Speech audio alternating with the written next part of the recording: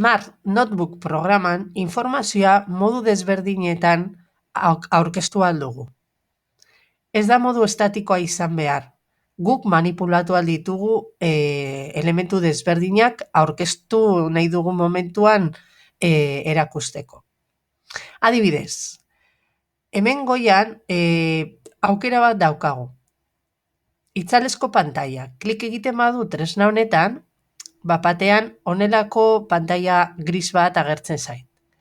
Modu honetan, joan naiteke informazioa poliki-poliki erakusten. Bai goitik, bai ezkerretik, eskuinaldetik edo beheko partetik.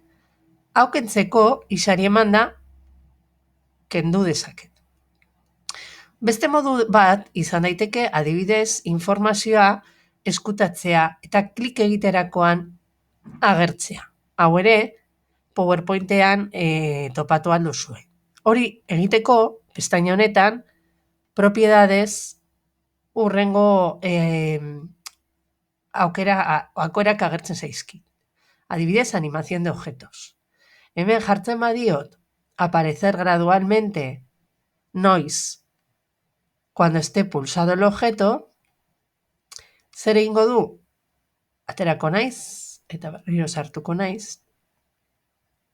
Klik egiten badu gainean, informazioa aterako da. Baina, ez badut klik egiten, eskutatuta mantenduko da.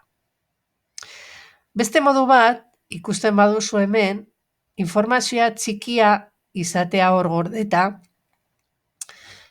edo irudia, eta nahi dudan momentuan handitzea. Modu horretan, informazio asko izan aldut horri berdinean, eta nahi dudan momentuan handitzen dut eta txikitzen dut.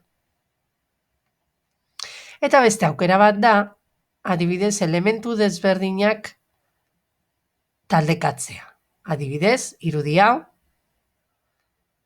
forma hau, eta testu hau. Aukeratzen baditut elementu guztiak, hau da, klik eginda, arrastaka eramaten dut, nire ezagua eta hortik pasatzen diren elementu guztiak hartzen ditu, errepikatuko dut, klik eginda, arrastaka eramanda, hartzen ditut elementu guztiak.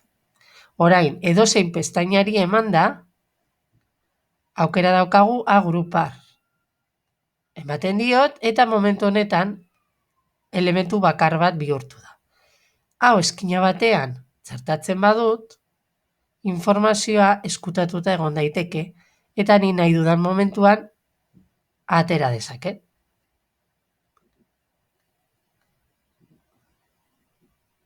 Utziko dut horrela, nire praktika amaituta emateko.